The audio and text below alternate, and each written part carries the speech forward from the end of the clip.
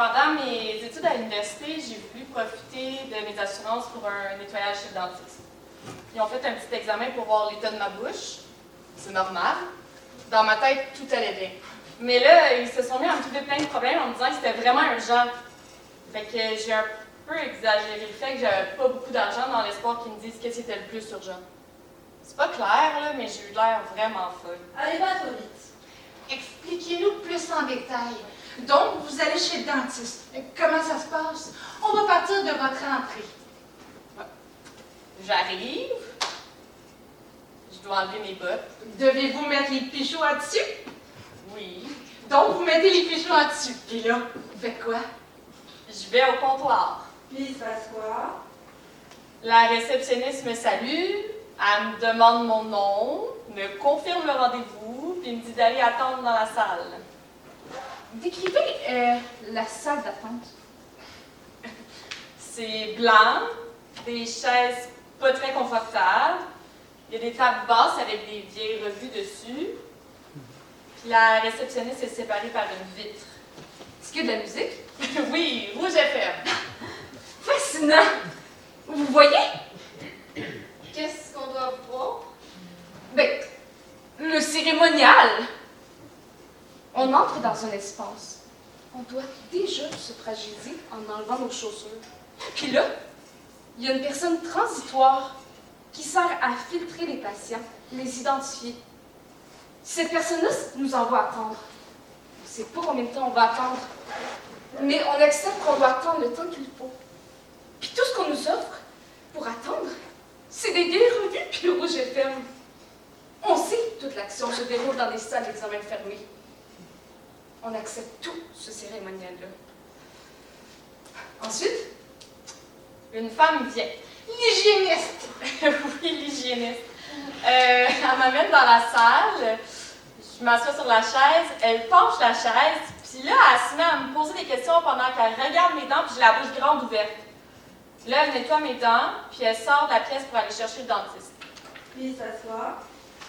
Le dentiste arrive, il me salue, il repenche la chaise, puis là, ils se mettent à parler de mes dents avec des noms de code que je comprends pas.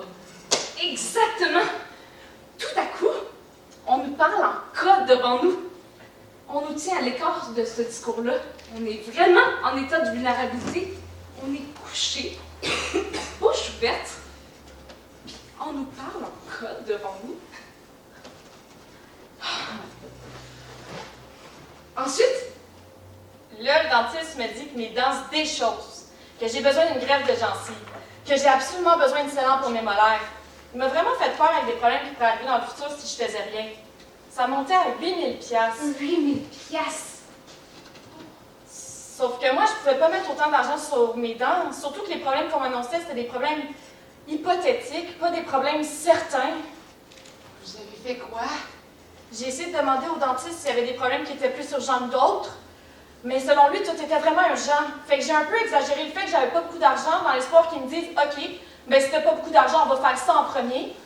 Il insistait vraiment sur le fait de tout faire immédiatement. Il m'a mis tellement de pression en me disant que si j'avais vraiment ma santé dentaire à cœur, que je penserais pas à l'argent.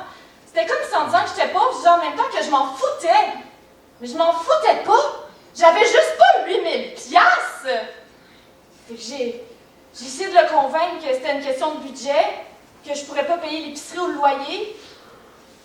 J'ai essayé de commencer à pleurer pour faire plus pitié. Je me suis dit, si je pleure, je vais peut-être vraiment avoir l'air en détresse. Oh, une seconde, Émilie. Leila, peux-tu réciter la partie sur le contrôle? Étant donné que les interlocuteurs sont en mesure de tester les aspects les plus contrôlables, Les aspects les plus contrôlables, c'est ce qu'on a conscience de bien faire pour jouer notre rôle. Contrôler notre façon de s'habiller, de parler. on peut s'attendre à ce que l'acteur essaie parfois de tirer profit de l'impression que produisent les comportements les moins contrôlés. Exactement comme ici. Les larmes.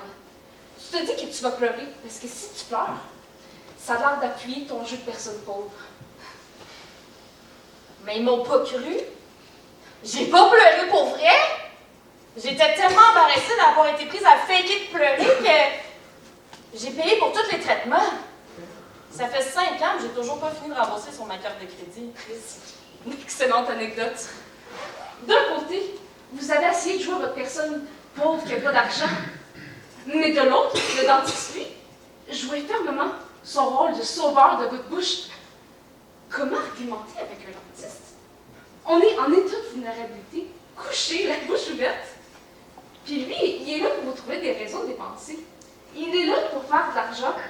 Il n'est pas peut-être plus seulement là pour votre santé buccale. C'est un entrepreneur, après tout. Il est peut-être là pour vous trouver des raisons de dépenser. Je dis pas que tous les dentistes sont comme ça, là, mais c'est un excellent exemple d'échec d'interaction, où vous n'avez pas réussi à convaincre que vous étiez pauvre pour de vrai. Vous avez surjoué votre rôle. Vous avez forcé une émotion. C'est difficile de pleurer quand on veut se forcer à pleurer. C'est tellement une bonne anecdote que ça va être le thème.